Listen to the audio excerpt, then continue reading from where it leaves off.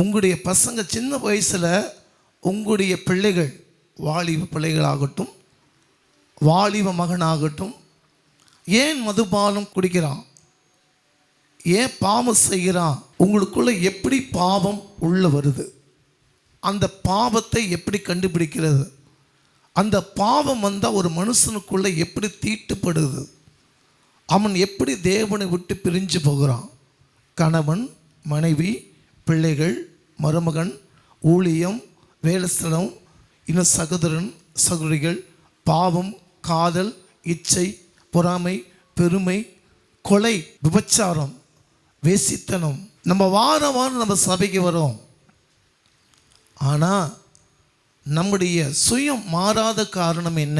கணவன் மனைவிக்குள்ளே ஏன் இல்லீகல் காதல்? உன்னுடைய மகள் இன்னொரு மகனை பார்த்து திருமணம் ஏங்குறா.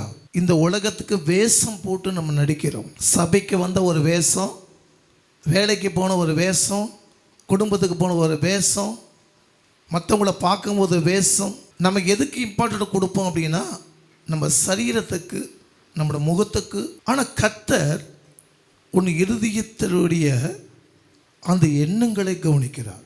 சிந்தனை தான் தன் பாவத்தை அவன் துவங்குகிறான். இந்த சிந்தனை வந்தால் எப்பேற்பட்ட பரிசுத்தவான்களாகட்டும், ஊழியக்காரனாகட்டும், பெருமை பொறாமை கோபம் எரிச்சல் மன்னியாதது இச்சை இவைக்குள்ள உனக்கு வந்துட்டே இருந்துட்டா உனக்குள்ள பாவம் பூர்ணமாகிவிட்டது.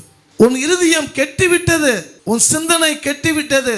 உனக்கு அன்பு குறைய குறை பொறாமையோ மேட்டிமையோ தூசணங்களோ பாவங்களோ உள்ள வரும்போது நீ ஆராய்ந்து பார்க்க வேண்டும். இந்த வார்த்தை நான் பேசியிருக்க மாட்டேனே, இந்த சிந்தனை எப்படி வந்துச்சு? நீ ஆராய்ந்து அறியக்கூடிய ஞானத்தை தேவன் கொடுத்திருக்கிறார். உலகத்துக்கு யார் கொடுக்காத கிருபை கிறிஸ்தவனுக்கு மட்டும் தான் கொடுத்திருக்கிற ஆண்டவர்.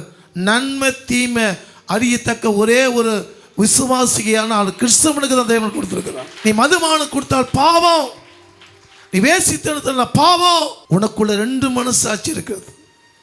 அந்த 2 மனசாட்சியை கர்த்தர் சொல்லுகிறார். உன்னுடைய குழுக்க கர்த்தர் அந்த ஆத்மாவை தட்டி எழுப்பி இது பாவம், நீ தூக்கி எறிய, எனக்கு பிரியமான காரியம் இல்லைன்னு சொல்லி கர்த்தர் உன் இருதயத்தில் பேசுகிற தேவனா இருக்கிறார்.